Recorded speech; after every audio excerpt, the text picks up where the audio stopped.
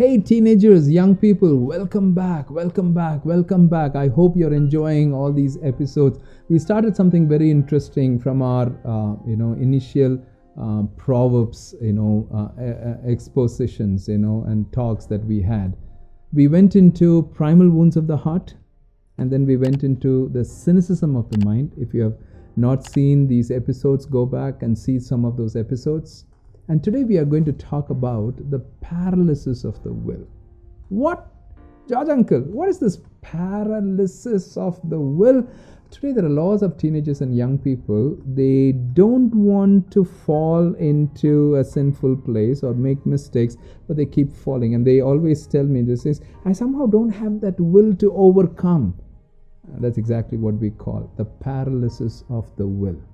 Now, I would also say two things about this paralysis of the will. The paralysis of the will is because of two things. One is its willful disobedience, and two, it's cognitive disobedience. Very interesting. Willful disobedience and cognitive disobedience. What does that mean? Willful disobedience means that you know it is wrong, I know it is wrong, but I still want to try out.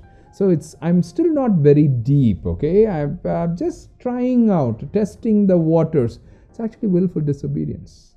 And please understand this, I've said this several times. It's like a train going down the hill. When you start a train going down the hill, it's not going to stop when you want it to be stopped. Why? The momentum has created. So even when the train going down, even if you put the brake, it's going to stop only further. It will not stop where you put the brakes. That's what happens with willful disobedience. In willful disobedience, you know it is wrong, I know it is wrong, but I still want to play around till I get crushed or till I get suffocated. The second thing I said is cognitive disobedience. What's that cognitive disobedience? Cognitive disobedience is a lot of reasoning. I can reason, I have reasons for everything. Today there are lots of teenagers who give a lot of reasons. I was in one of the schools when I finished speaking that evening. One of the teachers in that school said, "Sir, can you just come to my home and talk to my teenager?" I said, "Why? What happened?"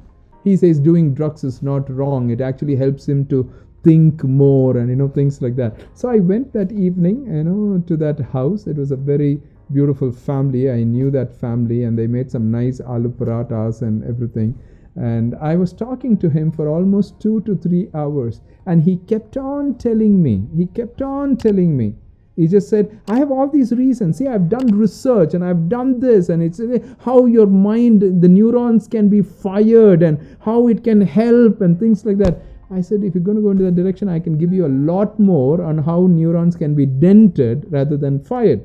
So we talked, and I didn't want to sit and argue with him. I sat there wanting to listen to him because I saw a boy who was really struggling. He was grappling to find some reasons for the wrongs that he was doing. Then I looked at him and I just said this: you can reason all that you want today. He was basically in that place of cognitive disobedience. You can reason all that you want today, but 5 years from now, 10 years from now, your life might be on a different place. And my only prayer is that you will not go down the drain. You will not go down the drain. Guess what happened? Within 2 years, his brother sent me a message and said, "Sir, can you find a rehab for my brother? He is in a desperate need. We need to put him in a rehab." See, what happened to all of the reasoning? What happened to all of those things that you talked about and you Googled out and found all of those things? That's where you want to be a little careful about. In this aspect of the paralysis of the will, you come to that place and say that, okay, I understand that, but actually, no. Now, please understand one thing. Let me just clarify. Paralysis of the will does not mean you know your limitations, that you can't do it. No, that's not what I'm talking about. paralysis of the will is that place where you don't have strength anymore, inner strength anymore, to overcome some of those temptations. You keep falling. Not just temptations, even some of those wrong decisions. You make some of those wrong decisions again and again. One of the things that I've dealt with in the last 15, 20 years a lot with teenagers is boy-girl relationship. And I've many a times seen one person make a mistake and break up, and they might find another person with a similar, and they get hurt, break up, and then make another mistake, break up, and begin to walk in. I was in one of the schools, and this young, lovely girl just walked in, and bubbly girl, 14-year-old, "Sir, I want to talk to you, sir, I want to talk to you." And I just said, "Sure," and I was having breakfast, and I just said, "Yeah, sure, you can, as I'm having dosas, if you want to sit there, that's okay." So she was like, "Okay, sir, no problem, sir." It's just that one bubbly girl. And I said, "Sure, come, sit there." And she just sat there and said, "Sir, actually, I don't know what to say. Actually, you know what? And I said, "Go ahead, just say it." And then she said, "Sir, I've had 64 boyfriends." I said, "What, you're telling me like an IPL score? 64 boyfriends?" And then she started narrating that my first boyfriend was this, my second boyfriend was this, my third boyfriend was this. By the time she came to the 9th boyfriend, I said, "I may not have time for all the 64. At the end, we finished our talk with she weeping, and she just said, "Sir, I was not looking for a physical place. I was not looking for a social place. I was just looking for somebody to give me attention. That's all."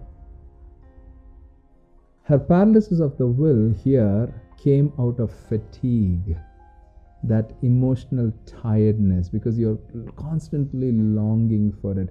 I just want to close by just saying this. In the paralysis of the will, find proper relationships, familial relationships, inside family, who can affirm you, encourage you, correct you. Correct you, not all the time correcting you, also encouraging you.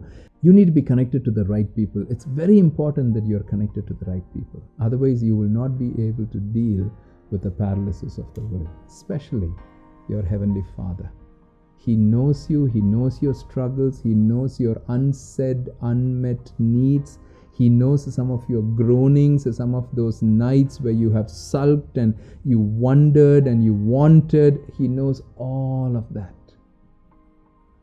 I said that in the last episode. Some of those nights when I slept on the streets with that street dog, I longed for somebody to understand what I was going through. And today I can say this confidently, that my Heavenly Father knew it. You know why? Today, in a family, in a situation that I am in, God has given me the double portion of all that I have lost. All that I lost. Lord has given me a double portion, whether it's my children or with my wife or with the situation, people loving me, beginning to walk, relationships, any of those things. Children, your Heavenly Father cares for you and He loves you. We will continue talking on this topic, the paralysis of the will, in our next episode. Thank you for joining. Thank you for being here.